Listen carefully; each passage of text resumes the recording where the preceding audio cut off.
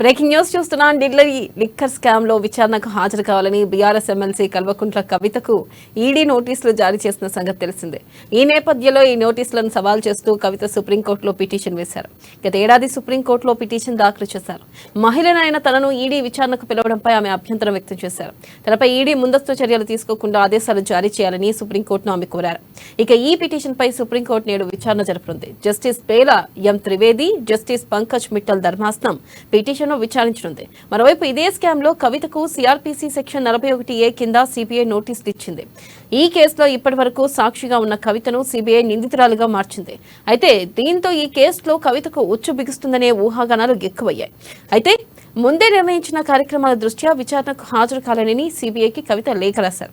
గతంలో ఇచ్చిన section 160 నోటీసుకు 41A notice పూర్తి విరుద్ధంగా ఉందని ఆమె లేఖలో పేర్కొన్నారు. ఇక ఇది తన ప్రజాస్వామిక రాజ్యాంగ హక్కులను భంగం చేస్తుందని చెప్పారు.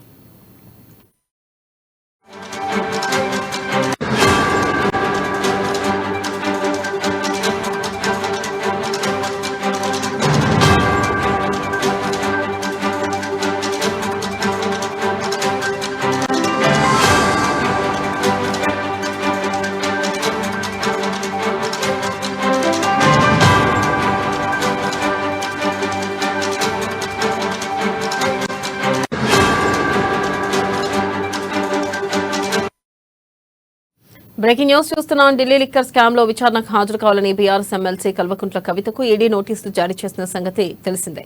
ఈ నేపథ్యంలో ఈ నోటీసులను సవాల్ చేస్తూ కవిత సుప్రీంకోర్టులో పిటిషన్ వేశారు. గత ఏడాది సుప్రీంకోర్టులో పిటిషన్ దాఖలు చేశారు. ఇక మహిళలను తనను ఈడీ విచారణకు పిలవడంపై ఆమె అభ్యంతరం వ్యక్తం చేశారు.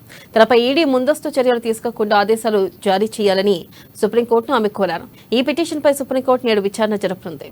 జస్టిస్ బేలా ఎం త్రివేది, జస్టిస్ పంకజ్ మిట్టల్ ధర్మాసనం పిటిషన్ ను విచారించనుంది. మరోవైపు ఇదే స్కామ్ లో కవితకు సిఆర్పిసి సెక్షన్ 41A కింద సిబిఐ నోటీసులు ఇచ్చింది. ఈ కేసులో ఇప్పటివరకు సాక్షిగా ఉన్న కవితను సిబిఐ నిందితురాలుగా చేర్చింది.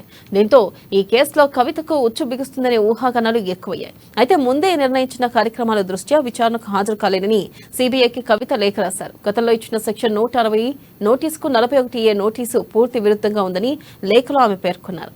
ఇది తన ప్రజాస్వామిక రాజ్యాంగ హక్కులకు భంగం కలిగిస్తుందని చెప్పారు.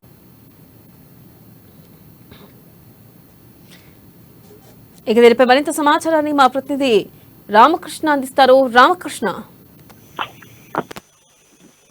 లిక్కర్ స్కామ్ లో కవిత పిటిషన్ సుప్రీంకోర్టు విచారిస్తుంది. మరి సుప్రీంకోర్టులో విచారణ జరుగుతుంది. మరి విచారణలో కవిత ప్రధానంగా ఆమె అభ్యంతరం ఏంటంటే ఈడీ విచారణ తీరు బాగోలేదని ఆమె సర్వోన్నత న్యాయస్థానాన్ని ఆశ్రయించింది. సర్వోన్నత న్యాయస్థానం దీనికి సంబంధించి విచారణ జరుపుతుంది. ఈ లిక్కర్ స్కామ్ లో ఇటు సిబిఐ గాని ఈడీ గాని కవితను విచారణకి పిలిచాయి. మరి ఆమె తనకి ప్రమేయం లేదు, తనకి కావాలని ఇరికిస్తున్నారు. ఒకటి, రెండు, లోక్సభ ఎన్నికలకి ప్రచారంలో ఉన్న నేపథ్యంలో నేను హాజరు కాలేనంటూ ఆమె చెప్పింది. ఇప్పటిదాకా 4 నోటీసులకు కూడా ఆమె సమాధానం ఇదే రకంగా రావడంతో ఇక సిబిఐ గానీ ఈడీ గానీ సర్వోన్నత న్యాయస్థానాన్ని అప్రోచ్ అయితే సర్వోన్నత న్యాయస్థానం ఇచ్చే తీర్పును బేస్ చేసుకుని కవిత హాజరవుతారా లేదా అనేది డిసైడ్ ఉంటుంది. Thank you Ramakrishna.